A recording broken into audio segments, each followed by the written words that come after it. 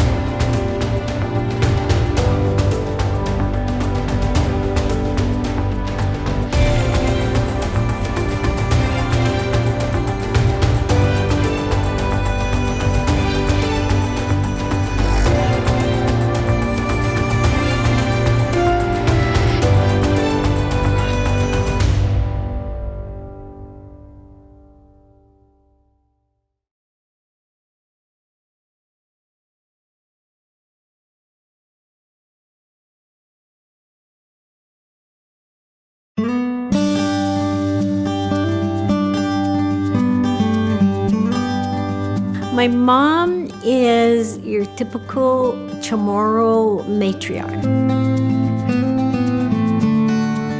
My dad would go out and work really hard, and at the end of the day, he would hand over his paycheck to my mom. And my mom ran the house. My mom did the groceries. My mom took us to school. And so she was a very supportive, loving wife and mother. She was also your typical women have their place in the home. And I remember being very upset because I would always be the one that I would have to, clean the house on Saturday. And I would have to do my chores before I could even go outside and play. I would have to dust all the furniture and polish them then with Johnson's wax. And then I would have to sweep the floor, mop the floors, get down on my knees and do the Johnson's wax on the floor, and then take the squeegee, where it's like a coconut husk. I had to get on that husk with one foot and go back and forth till the whole living room was polished. And then I put the furniture back in their place, and I would feel good that I did my job, and I was so proud of my job.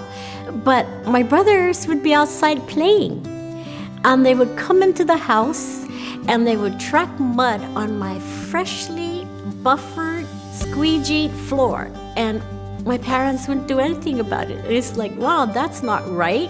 Why do I have to do all of this? And so I think that's where I came to learn about equality and gender equality. And so if you follow my life, I've always been very much into fairness and equity for everybody. And also, the way they disciplined us, we were hardly ever spanked, but we were disciplined to the point where all my dad had to do was look at us, and we would sit still, because their way of disciplining was love. And their way of disciplining was talking to us and making us understand why our behavior was not what it should be. We're very loving to our children. And we need to strengthen that again, especially in these challenging times where kids need love and direction and attention.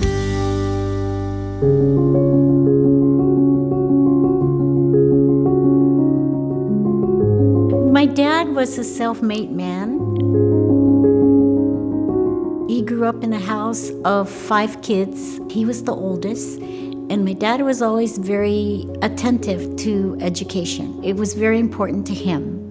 He had wanted to go off island to learn and be educated and actually wanted to be a doctor or a lawyer, but he did not have the financial means. Of course, our culture is that the oldest person takes care of their parents and their family. And so my dad stayed home, and his other 4 siblings went off island and got their degrees and came back. I remember when I was little, and he would have to make a speech in front of people. He would go into the bathroom and stand in front of the mirror and do the speech. Or he would sit us on the bed and we would be his audience. And we would, tell him, Dad, you need to smile more. Dad, you're frowning. You need to be a little bit calmer. Just things like that. And because he never really went off for formal education, he wanted to make sure his children were educated, and he did everything he could to make that happen. And he realized that English is the language that we should learn more. We grew up speaking Chamorro. My grandmother, my grandfather, it was Chamorro. And so he made this rule. I remember we were in grade school, and the rule was every Sunday we could not speak Chamorro. We would speak English to each other. And I'll tell you, that was the only time that it was quiet in our house, because we felt very awkward speaking English to each other because we always spoke Chamorro. For me, it was awkward to say, can you please pass the butter? Instead of saying, can you please pass the butter? I just got up and got the butter. It was very awkward, but my dad made that rule. But then he realized that it wasn't working because we weren't speaking English. We were hardly speaking to each other. So he sort of gave up. And he just said, okay, we can learn it more in school. My dad was a very visionary, very smart man. And his love for family, his love for the island, and his love for the culture was very significant for him. Right after the war, there was the Bank of Guam from the Navy. When the civilian took over government, of course, Bank of America came, and my dad worked for Bank of America. And my dad was always helping our people to get their loans. But Bank of America was more a multi-million financial institution and was much more favorable to commercial loans and not so much consumer loans. And people would always actually come to our house and want to speak to my dad. And my dad, he had this deep sense of helping our people. He says to me, whatever you do, you need to make sure you give back to the community. That's one of our values in Azuda. He always tells me that.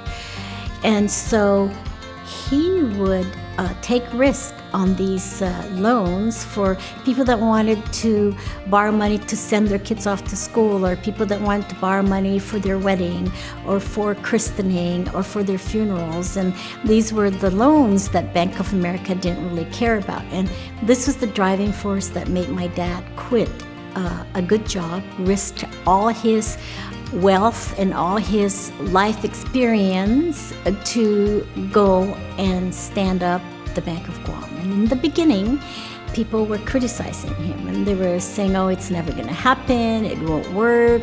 But his commitment and his passion to help the working class people, to help our small businesses, and that's his legacy. That's the legacy of the Bank of Guam.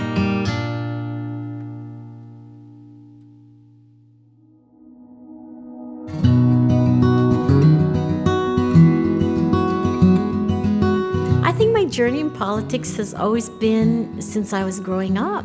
I remember my dad would bring me to the legislature because he had friends there, and he would take me to the legislature and he would have me sit in the gallery, and I would sit there and listen to the senators debate issues in Chamorro. And I used to go to meetings, Democratic Party meetings during campaigns, and I loved listening to the people speaking Chamorro during the campaigns. We'd go to Inarahan, we'd go to Malesu, we'd go to Hagat. And so moving on to college, I was also very involved in politics in college. was very involved in civil rights movement. I was very involved in women's rights. I was very involved in pro-choice situations, events, and rallies, and so forth, and read a lot about fairness, equity, and so forth. So it wasn't an overnight thing that I stepped into politics. I was involved in healthcare politics primarily. In fact, I was always going around talking about healthcare for people and not for profit. I worked with the Los Angeles Health Organizing Committee on the rights of people to have accessible, affordable healthcare. So coming back, I had that in me. I was part of my experience. And it was actually former Speaker Ben Pangilinan, who I had a great friendship with. And throughout our friendship, he was always saying to me, "Lou, I think you should be a senator." And I would say, no one would vote for me. People don't know me. Why would I be a senator? And he would keep asking me. And so one day, he just went to the Election Commission and picked up a packet, and it was all over in the news. Lou Leon Guerrero, the daughter of President Jesus Leon Guerrero of Bank of Guam, just picked up a packet and she's running for senator. And my husband comes home and he says, "Are you running for senator?" And I said, "No." And he goes, "Well, it's all over in the news that you're running for senator." And I said, "No, I didn't pick up a packet." And then I picked the phone up and asked Ben, and he picked up the packet for me. And it was sort of like, okay, well, now it's in public. And I sat down with my husband and I said, "What do you think we should do?" And he said, "I think you should run." So I ran. And it was during the whole pro-choice controversy and stuff. And, the bishop was out there talking about, here are the people you shouldn't vote for. My name was on there, and so forth and so on. And but we campaigned hard, and actually I came in number 7 out of 21. That was the most humbling experience. 21,000 people voted for me, and I held 21,000 trust in my heart to do the best as senator. And to me, that was a very honorable thing, that 21,000 believed in me and believed that I could help them improve the quality of life of our people. And so I became senator, and I was senator for 10 years.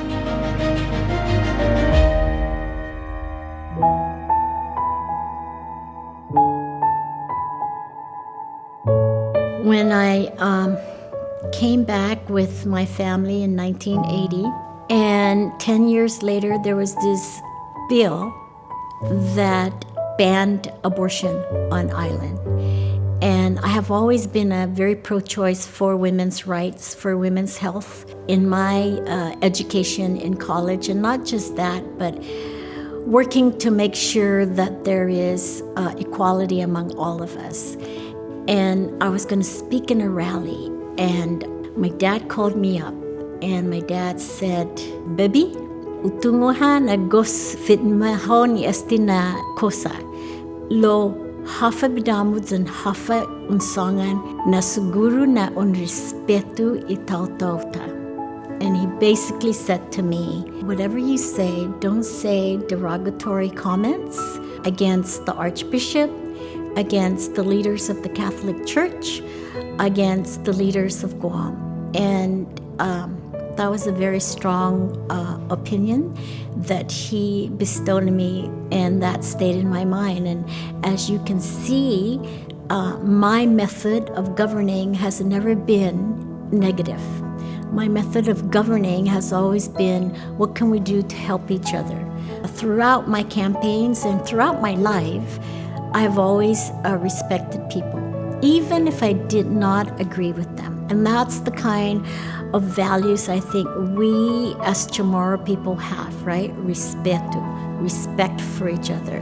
I remember my dad would be so upset at, say, a senator, but he never degraded a person. He never disrespected people.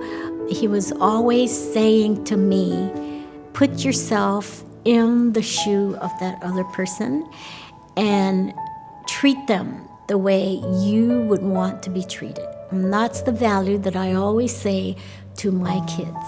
Whenever there's an argument or a controversy, you need to sit back and think about where that person is coming from. And I think that has really helped me in my successes. But to this very day, I would think, how do I think my dad would have dealt with this? And I would always come back to respect, dignity, honoring other people's ideas, even though it may be contrary to yours. So yeah, my dad played a real big influence in my life, and those influence I have sent and transmitted over and transformed over to my children.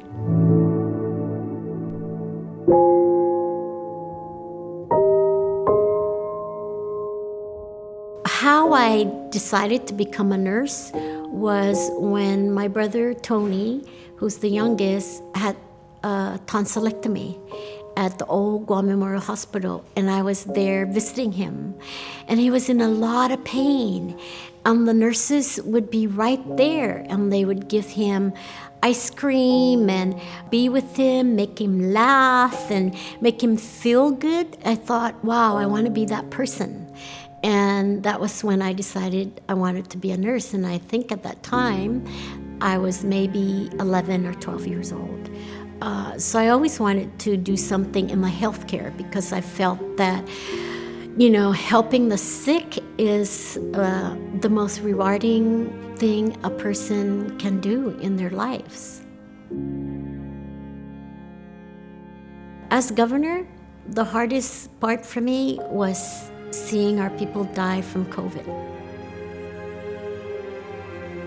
I wish we didn't have to see 400 and some people's lives die from this pandemic, but that's what happened. The hardest part as being governor was when I had to call the father of a 11-year-old kid that died from COVID. And he was crying to me, and I felt like, to this day, I still think about it. It was the hardest thing for me to say, I'm sorry I couldn't do any more for your boy. And he said, Governor, you did everything you could.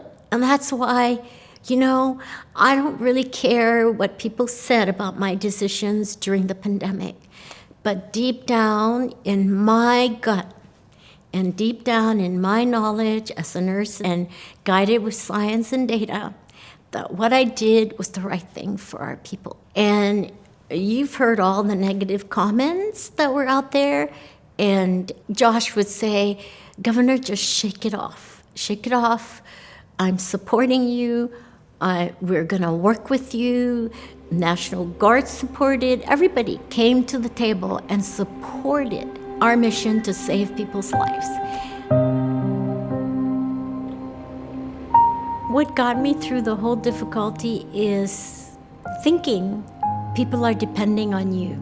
And, I look at my grandchildren, I look at our family and friends, and our people. Our people were struggling, there was stress, there was anxiety, and I just said to myself, you cannot give up. So I didn't read the paper, I didn't listen to talk shows, I never went on social media because I knew these were where the negative comments were coming from, and I just remained focused. I think it was more the inner strength of a mother, I think, is what got me through. The inner strength of how a mother becomes stronger when she protects her children. I need to get our people safe, and I knew as a nurse that we could beat this. I read a lot about this COVID virus, and it was a very scary virus.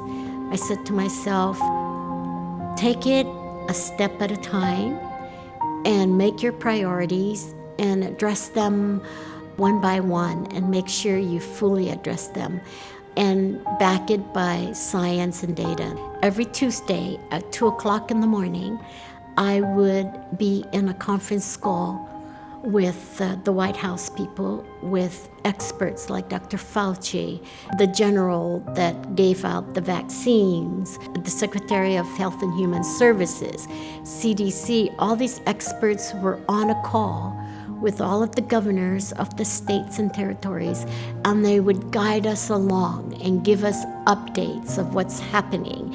I combine that science and data with the sensitivity and the strength of what a mother would do to protect their children. I'll tell you, nationwide, we're recognized as one of the best community that dealt with this pandemic.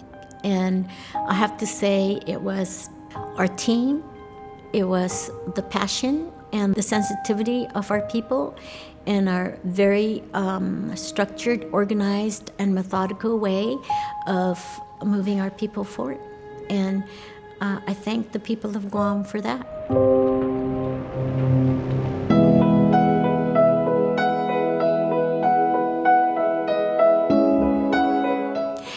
Lou Leon Guerrero is a person that wants to just sit back, not talk to anybody, and that's not an offense to my husband. I love him.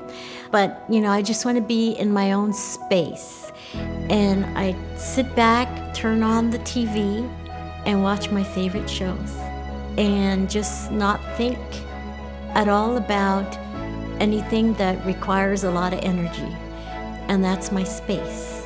And with my Diet Coke, and sometimes Malibu rum, but I would take my blanket, put my feet up, and just cuddle and watch my favorite shows that have been recorded.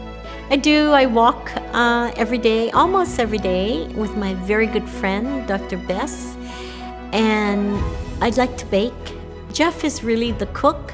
His last name is Cook, but he actually is the one that would cook more, but I bake. And I do it more during Christmas time, but I enjoy baking. And just, picking up the phone, talking to my daughter, asking how her day is, and going over to visit my grandchildren and just be crazy with them, really crazy with them. But I'm very happy that my children are successful and have their own family and lives now. I'm a grandmother of 8 kids. Coming from 2 children. I thought that's pretty prolific, I think.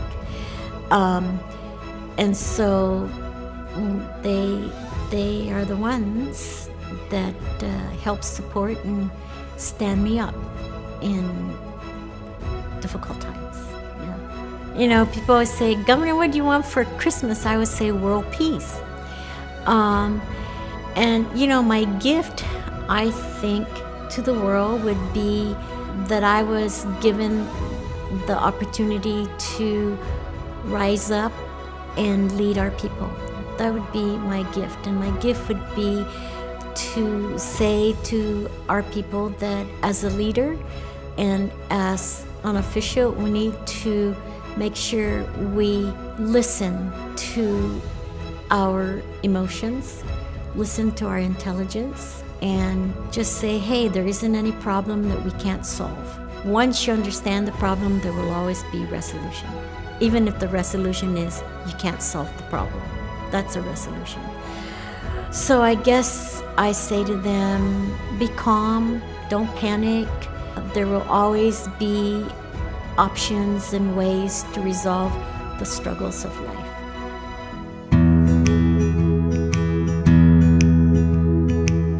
What brings me joy and peace now? If I die tomorrow, I will feel okay because I have raised my kids and I have taught them the values that were instilled on me by my parents and them by their parents and down the line, and that those values are still very strong. In my 72 years, I have done good for our family, and I have done good for our people, and I have done good for our island. That's the joy and peace in it. And mafaisinu hafa para besangoni hamzu por para pensegui pa iminal lecta. Lekuna é mais importante para te respeitar e tal. Zan para te tungo ginin sia hafa taimano para te ajuda.